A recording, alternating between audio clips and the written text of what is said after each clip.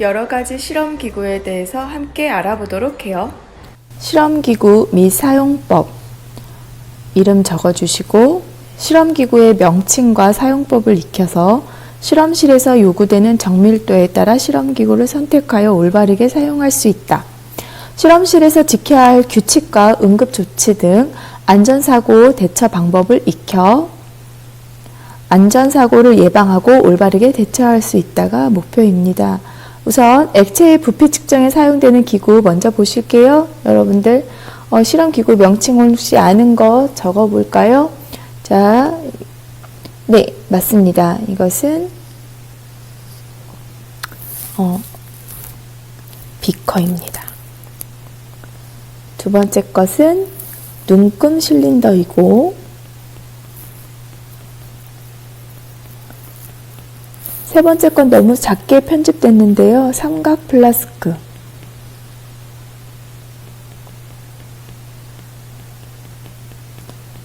그리고 이것은 뷰렛이라는 거고요. 실제로는 이것이 굉장히 좀 깁니다. 그래서 50ml짜리 뷰렛인 것 같습니다. 피펫은 이것이 홀 피펫이에요. 홀 피펫이고 이것이 눈금 피펫입니다. 이 홀 피펫은 여기에 이렇게 눈금이 하나만 있고요. 대개 20ml짜리가 많습니다. 이 피펫에는 피펫 필러를 꼽는데 여러분들 영상을 뒤이어서 보시면 이 피펫 필러 사용법을 선생님이 올려놓았어요. 그 다음에 있는 것이 부피 플라스크.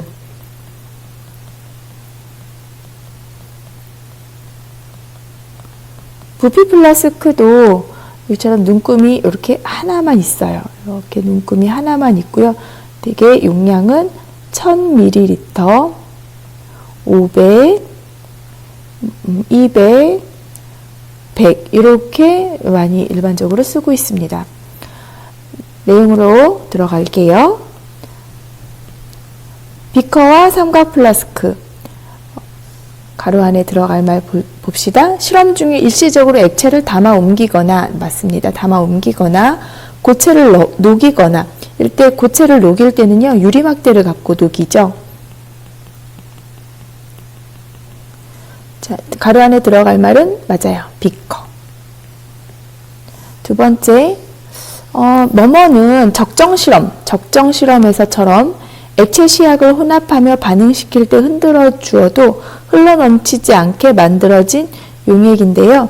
이것이 삼각 플라스크입니다.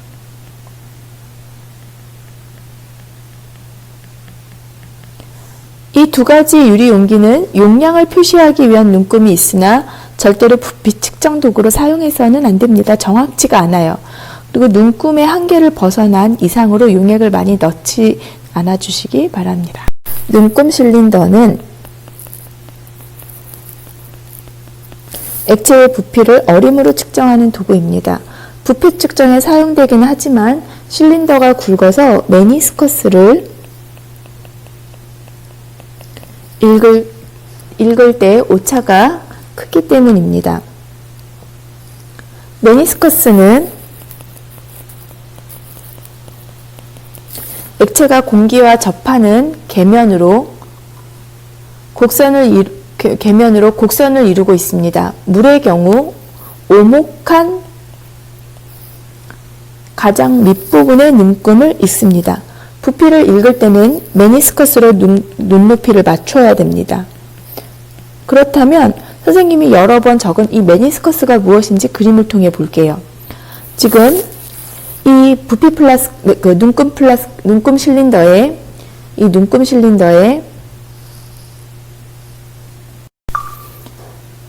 눈금 실린더에 액체가 담겨 있다고 생각해 봅시다. 액체가 담겨 있는 부분이 이런 식으로 담겨 있다면 물은 유리와의 접촉하는 면이 유리를 타고 이렇게 올라가는 성질이 있습니다.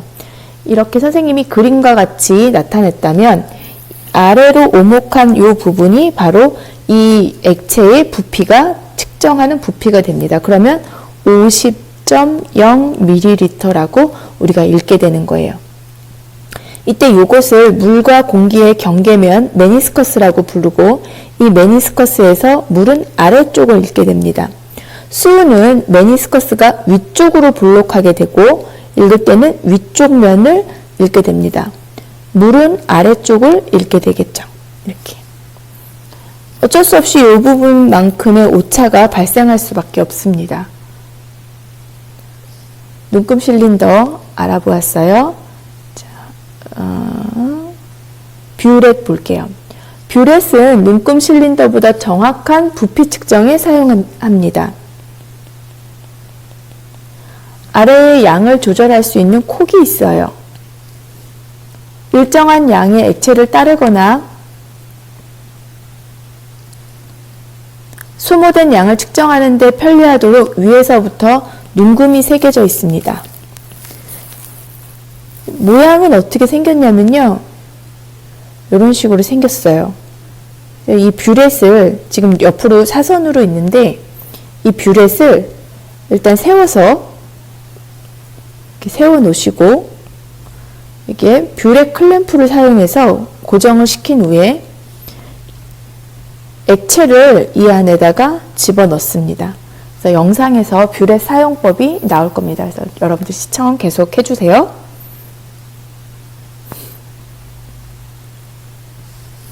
뷰렛에 액체를 넣을 때는 실린더가 가늘어서 흘러넘치기 쉬우므로 깔때기를 사용합니다. 깔때기는 여러분들 어떻게 생겼냐면 이렇게 생겼어요. 깔때기도 반드시 손으로 살짝 들어 올려줘서 뷰렛 안에 있는 공기가 빠져나올 수 있는 통로를 확보해 줘야 됩니다. 영상을 참고하시면 알 수 있어요. 액체를 따를 때는 왼손으로 콕을 감싸쥐고 손가락의 끝부분으로 콕의 끝부분을 당겨서 밀착시키는데 구멍 주위는 피하도록 하세요.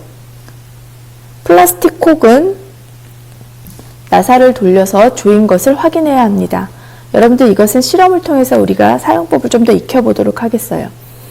피펫은 액체의 부피를 정확히 측정하는 데 사용됩니다.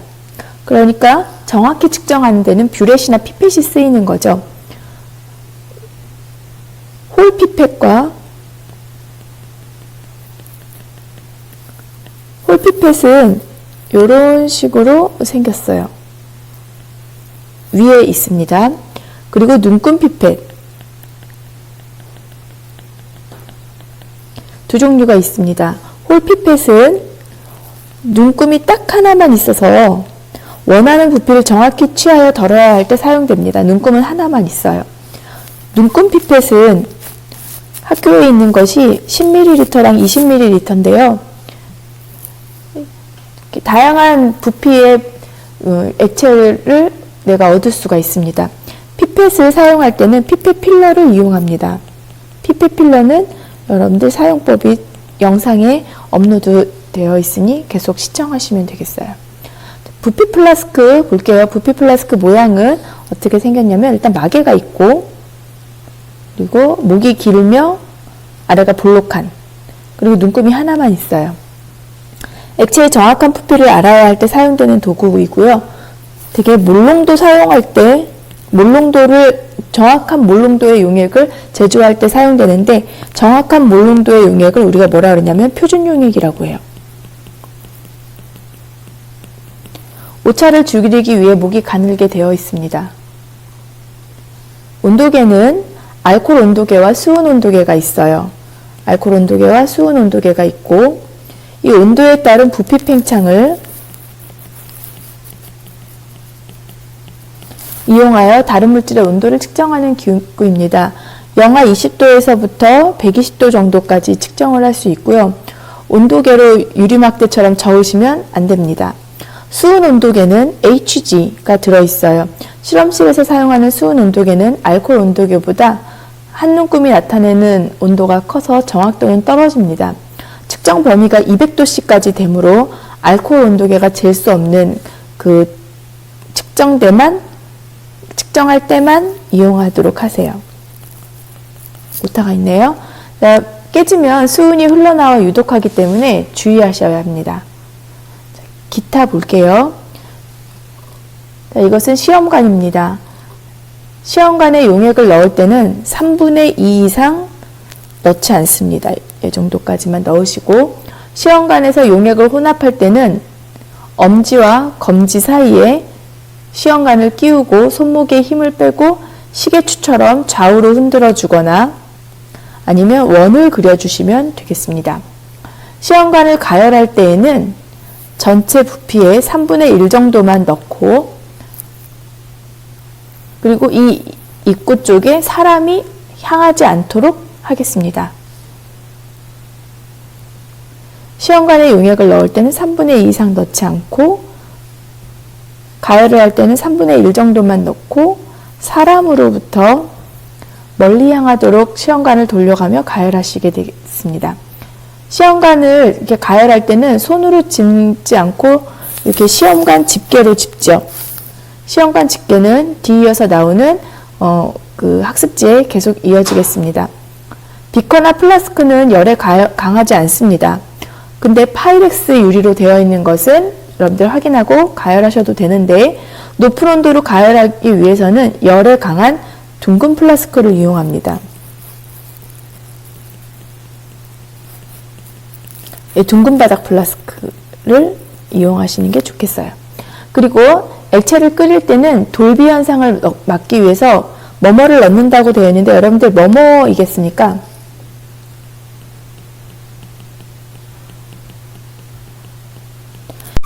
인화성이 있는 액체를, 되게 인화성이 있는 액체면 어떤 것이 되냐면 에탄올이라든가 같은 것을 말합니다. 100도씨 이하로 가열할 때는 물중탕을 하도록 하십시오. 자, 이제 다른 실험 기구를 빠르게 알아보겠습니다. 하나씩 보실게요. 자, 맨 위에 있는 거 클램프, 링, 스탠드.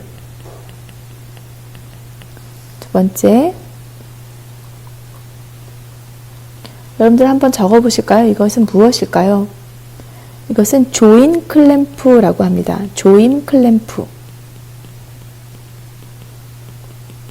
영어로는 핀치 클램프라고 해요.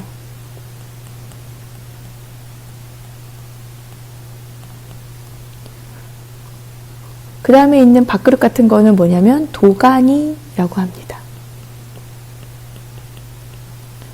그리고 이 도가니를 가열할 때 쓰는, 도가니를 이렇게 얹어 놓을 때 쓰는 이것은 삼각석쇠.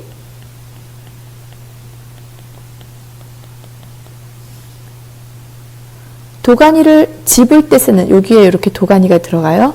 도가니를 집을 때 쓰는 이것은 도가니 뭐겠어요?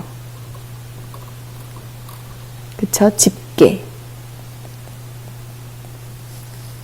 텅이라고도 해요. 텅.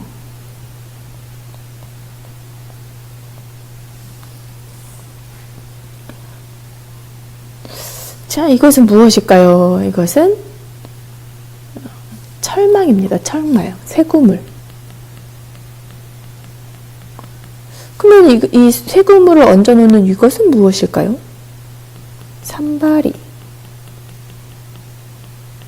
그러면은 쇠고물 위에 산발 얹어 놓는 요것은, 이렇게 얹어 놓는 요것은 이베포레이션 디쉬에서 증발 접시.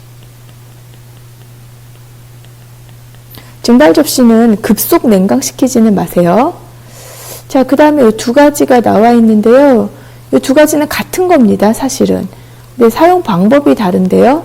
여러분들 요거 뭘까요? 시험관. 두 개 똑같은 거니까 넓게 쓸게요. 집게. 그래서 이쪽을 눌러주시고, 얘는 여기 한쪽만 눌러주시면 돼요. 힘의 방향이에요. 여기 두 번째 줄. 아, 이것은 시험관을 꼽아 놓는 시험관대. 이거는 무엇일까요? 이거는 막자, 사발, 그리고 위에 거는 막자. 자, 이 세 가지의 병의 차이점은 뭐냐면 이 중에서 이렇게 둥근 바닥 플라스크가 내열 유리로 되어 있는 경우에 가열 가능합니다. 그래서 이 친구는 둥근 바닥 플라스크.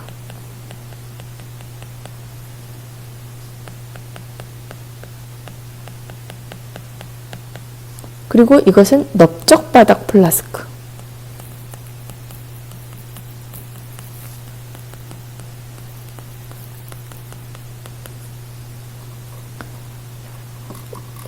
그 다음에 이것은 여러분들 영상으로 보실 건데요. 이 두 가지가 사실은 세트입니다. 이 플라스크 위에 이 깔때기가 이렇게 얹어지게 되고요. 이것은 진공 펌프로 연결돼요. 그래서 거름이라는 장치이고요. 이 거름이라는 장치에서 이 기구들의 이름은 부훈어 깔때기,